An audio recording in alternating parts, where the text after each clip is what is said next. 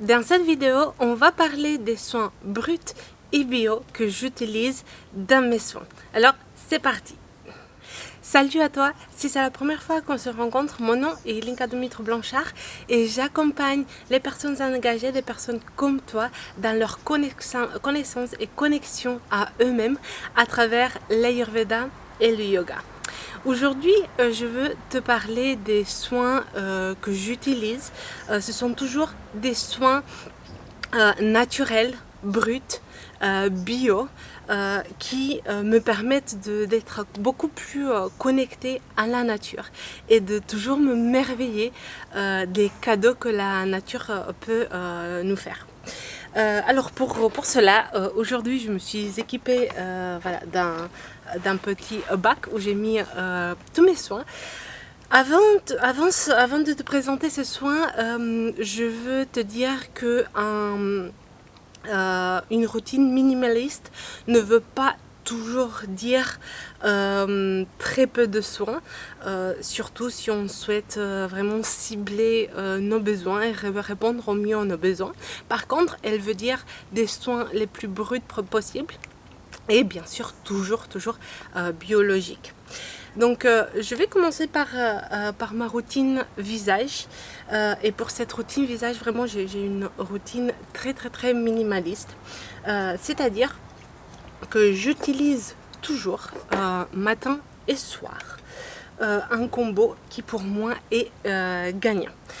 C'est un combo hydrolat, mélange d'hydrolat que je réalise toujours sur mesure par rapport à mes besoins, et les besoins ils évoluent aussi en fonction des saisons.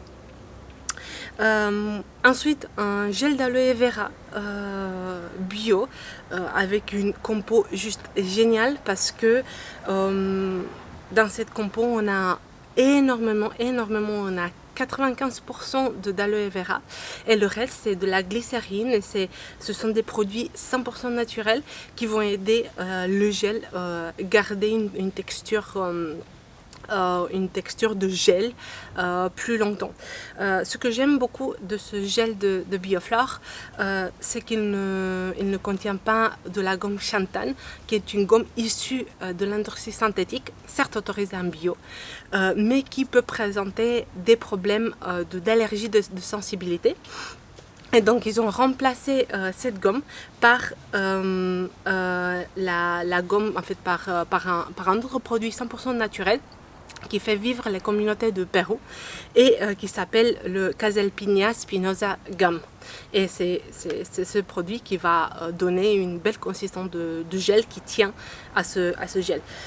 Ce gel, en fait, je fais un oléogel, donc ce gel d'aloe vera, je le mélange toujours ou presque toujours avec mon soin huileux. Pareil, c'est un soin huileux que j'ai conçu sur mesure pour moi-même et qui je viens de le remplacer par un soin huileux qui va me permettre de faire la transition vers l'automne. On va changer la chaleur de l'été par l'automne, mais grosso modo en fait ce soin huileux change avec les saisons, mais il est toujours composé par des huiles brutes et des huiles essentielles dosées pour que je puisse les utiliser sur le long terme et pour lequel je mets quelques gouttes en fonction aussi des besoins. Ça ne sert à rien de se dire il faut utiliser tant de gouttes. J'ai des jours où j'utilise 5 gouttes, j'ai des jours où j'utilise 3 gouttes, j'ai des jours où j'utilise 10 gouttes. Ça dépend énormément et je reste toujours à l'écoute de ce que mon visage, le corps me demande. Et donc ce combo, ce trio m'accompagne matin et soir.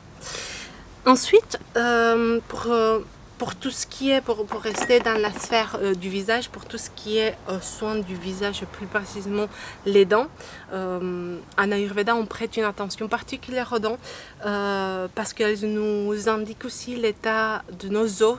En fait, c'est un très bon indicateur de la santé de nos os, mais cela n'empêche que, bien sûr, il faut prendre soin de nos dents à travers un nettoyage des dents chaque fois que le besoin se fait ressentir.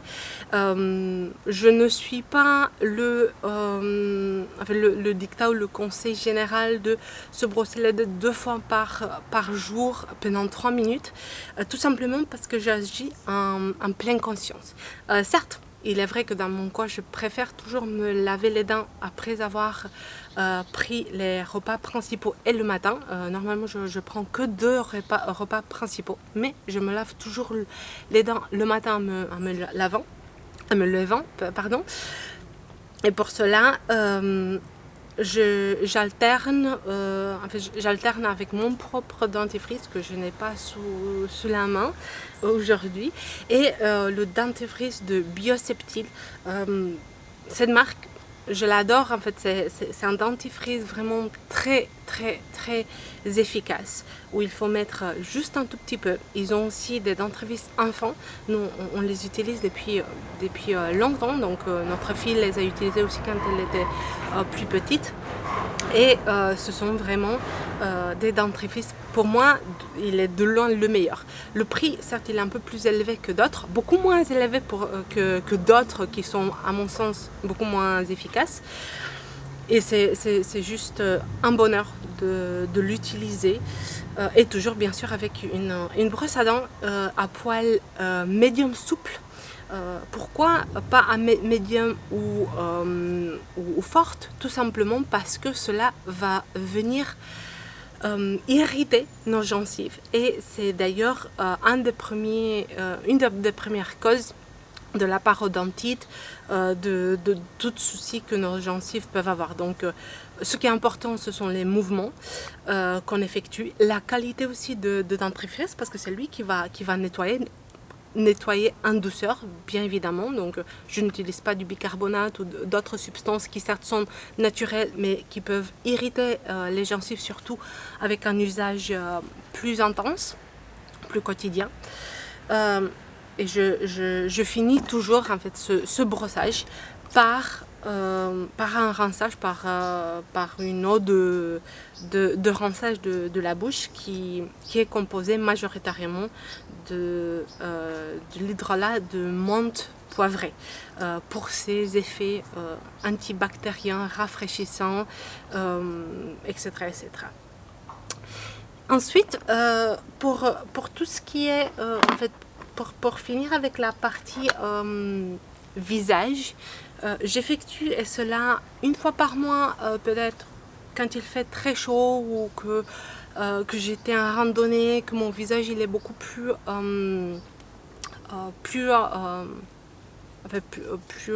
pollué ou que j'ai beaucoup transpiré. J'utilise un gommage masque de poudre. Ce sont que des poudres de plantes et aussi de l'argile blanche, de l'argile rose, de l'argile verte que je fais également sur mesure en fonction de mes besoins. Je viens de refaire le pot qui me servira pour l'automne. Et c'est un soin que j'apprécie énormément, tout simplement parce que il est désonnant, c'est-à-dire qu'on effectue un léger gommage où on a parfois la tendance de vouloir trop nettoyer notre visage et d'enlever ce film hydrolipidique qui sert de bouclier de protection aussi.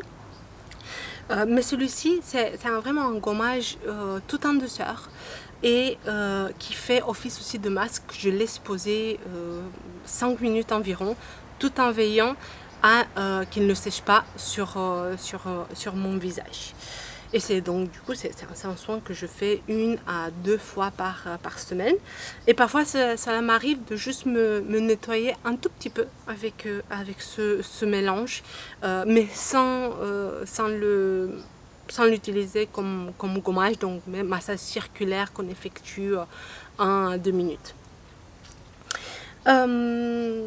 Ensuite, pour tout ce qui est partie, en fait, ce qui concerne le nettoyage des cheveux qui font partie aussi de la sphère en fait, du visage, de la partie supérieure de notre corps et de mon visage, j'utilise, bon, pour le visage, j'utilise toujours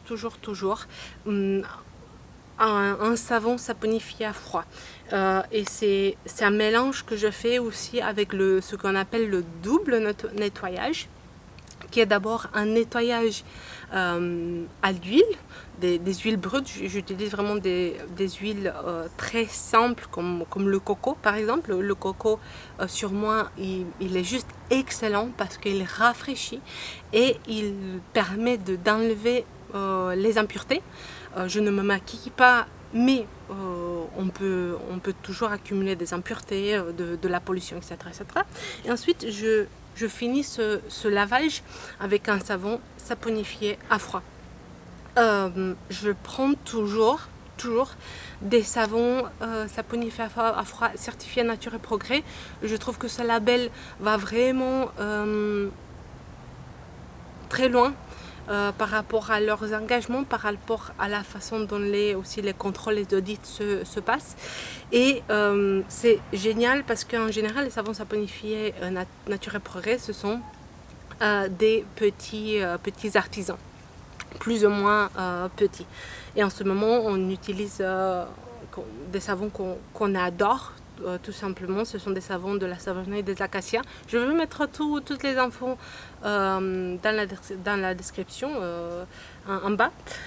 Et c'est un savon fait avec, dans les Pyrénées, région paloise, fait avec du miel issu à 100 km de la savonnerie. Et c'est le même miel que nous on consomme pendant toute l'année, sous de différentes formes, mais du miel qu'on connaît bien. Et donc c'est un bonheur de consommer ce miel à l'intérieur et aussi pouvoir se nettoyer le visage avec ce savon au miel. Mais en fait, tous les savons de ces savonneries, en général les savons saponifiés à froid, ils sont juste géniaux. Donc j'utilise celui-ci pour me laver le visage. Et pour tout ce qui est soin de mes cheveux, en fait, avant chaque lavage des cheveux, j'applique et je laisse poser au moins 2 heures, 3 heures, 4 heures, parfois toute la nuit. Ça dépend aussi de comment je m'organise. Un soin huileux, un mélange brut que j'ai fait pour le type de cheveux que j'ai et aussi en fonction que je change légèrement en fonction des saisons. Et c'est un soin brut des huiles essentielles et huiles végétales, plutôt huile végétale et huile essentielle. Et je fais pour prendre soin pas seulement des cheveux, on parle beaucoup des soins des cheveux, mais en fait le plus important c'est vraiment le cuir chevelu. Et donc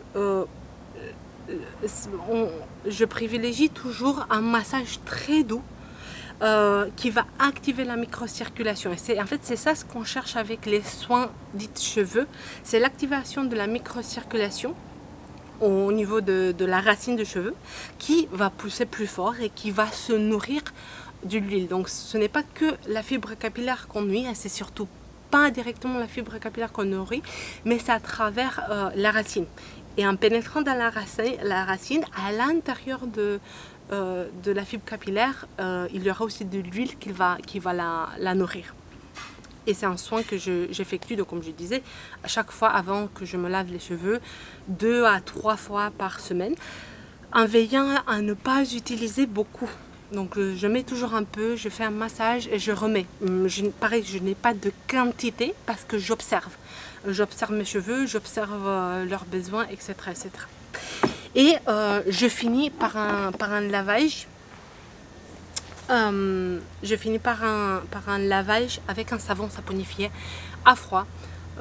Toujours en fait, j'ai remplacé complètement depuis des années les gels douche même bio ou shampoing bio par un savon saponifié à froid qui réussit de merveille à toutes les personnes que je connais, à condition aussi de choisir bien le savon aussi par rapport aux besoins, par rapport à la longueur, par rapport à la densité du cheveu, etc., etc. Et pour moi, j'ai envie de dire pour toute la famille, on trouve, il y a deux savons shampoings qu'on adore. L'un, c'est celui de Caretic. Je vous ai déjà parlé de Caretic et je vous remets les informations dans le point d'information. Et en ce moment, on utilise, on a sous la main celui de Dolution. Ce n'est pas un savon shampoing, en tout cas, il n'est pas décrit sur leur site comme un savon shampoing, mais je trouve qu'il mousse très bien, il est très léger, il facilite très bien la répartition du savon dans les cheveux et cela permet un très bon lavage sans trop frotter, parce que l'idée n'est pas de frotter et de complètement enlever de nouveau ce film hydrolipidique qu'on a aussi sur le cuir chevelu et sur les cheveux. Et je finis ce shampoing, parfois c'est un seul shampoing, parfois c'est deux shampoings, pareil, ça dépend vraiment de comment je sens mes cheveux, par un spray, c'est un mélange d'hydrolat, de cèdre d'Allah, de romarin, de cad, etc., etc. Un mélange d'hydrolat fait spécialement pour les cheveux, pour tonifier la fibre capillaire, même le cuir chevelu, et les rendre encore plus brillants. Pour la partie corps, j'utilise vraiment une approche très minimaliste. J'utilise un soin pour le corps, pareil, que je me suis réalisé à partir des huiles brutes et essentielles, qui évoluent beaucoup en fonction des saisons. Surtout en été, ma peau a besoin des huiles très très très très légères, d'huile de coco, d'huile de tournesol. Parfois c'est un macérat de millepertuis qui réussit très bien à la peau de mon corps, et aussi des huiles essentielles qui vont venir refroidir mon corps, comme par exemple l'huile essentielle de menthe, que j'utilise énormément, mais dosée avec parcimonie, parce que c'est une huile essentielle très très très très puissante. Et donc je l'utilise comme massage pour le corps, et parfois si le besoin se fait ressentir, je remets au long de la journée, mais ça c'est surtout en hiver. En été, ce besoin se fait ressentir beaucoup moins. Une fois par semaine, quand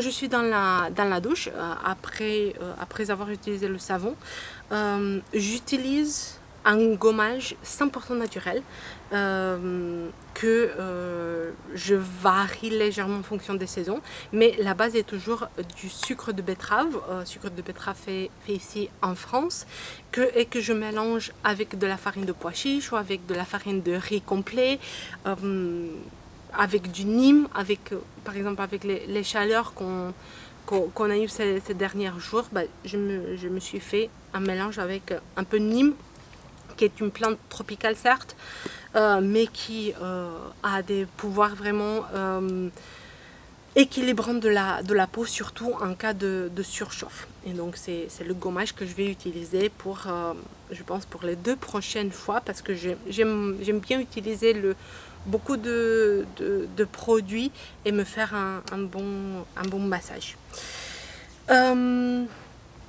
Et pour finir, pour prendre soin de mes pieds, et c'est vrai que c'est un sujet qu'on oublie.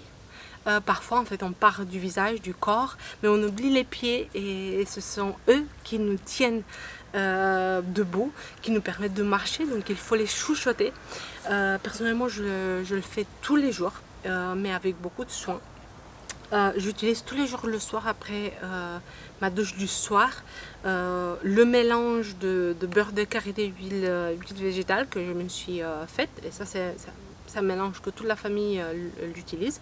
pareil, c'est un beurre de karité qui vient de chez Karétique. Pour moi, c'est la marque, elle est géniale, que ce soit en termes de leurs engagements, mais aussi la qualité des produits qu'ils se proposent. Et quand le besoin se fait ressentir, et de nouveau, je n'ai pas de fréquence déterminée. Parfois c'est tous les 10 jours, d'autres fois c'est toutes les 2 semaines. En hiver c'est peut-être tous les 3 semaines ou une fois par mois. J'utilise cette pierre ponce pour légèrement venir frotter contre les parties plus dures de mon pied, les callosités, les parties plus dures. Et je frotte légèrement une fois que j'ai pris le bain, que les callosités sont moins dures. C'est très important pour ne pas trop ou pour ne pas stresser nos pieds. Et je l'utilise uniquement là où je vois, où je ressens le besoin. Et c'est une pierre, en fait, elle est très économique parce qu'elle dure très longtemps. Je me souviens plus de la dernière fois où je l'ai achetée. Je la lave, en fait, je la lave après, je la passe sous de l'eau chaude et un peu de savon que je passe légèrement, et je la laisse sécher pour éviter bien sûr les bactéries qui peuvent s'y déposer. La dernière chose que je voulais partager avec vous, c'est le soin que je prends de mes ongles, les ongles de mes pieds et de mes mains. Pareil, tout comme les dents, les ongles sont un indicateur de la santé de nos os, notamment. Et donc, c'est intéressant